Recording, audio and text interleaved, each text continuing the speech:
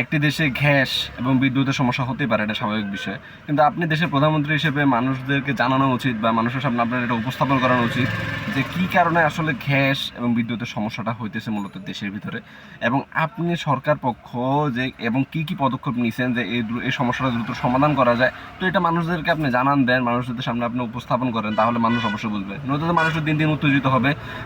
যে এই যে দেখেন আমার এখানে সিরিয়াল দেখেন, এই এটা প্রায় 2 কিলোমিটার এরিয়া, কলকাতা থেকে শুরু করে একদম সাগরিকা পর্যন্ত আরও দূরে চলে গেছে।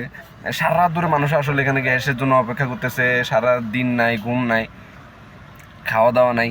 তো মানুষ তো উত্তেজিত হবে, এটা স্বাভাবিক বিষয়। তো আপনি দেশের প্রধানমন্ত্রী হিসেবে আপনার উচিত মানুষের সামনে এটা উপস্থাপন করা যে কী কারণে সমস্যা রয়েছে এবং এটা কতদিনে এই সমস্যাটা সমাধান হবে, এবং আপনারা মানুষদেরকে ধৈর্য ধারণ করতে বা যেটাই হোক মানুষের সামনে আপনি এটা উপস্থাপন করেন যে কী কারণে সমস্যা হতেছে এবং আপনি এটা কীভাবে সমাধান করবেন।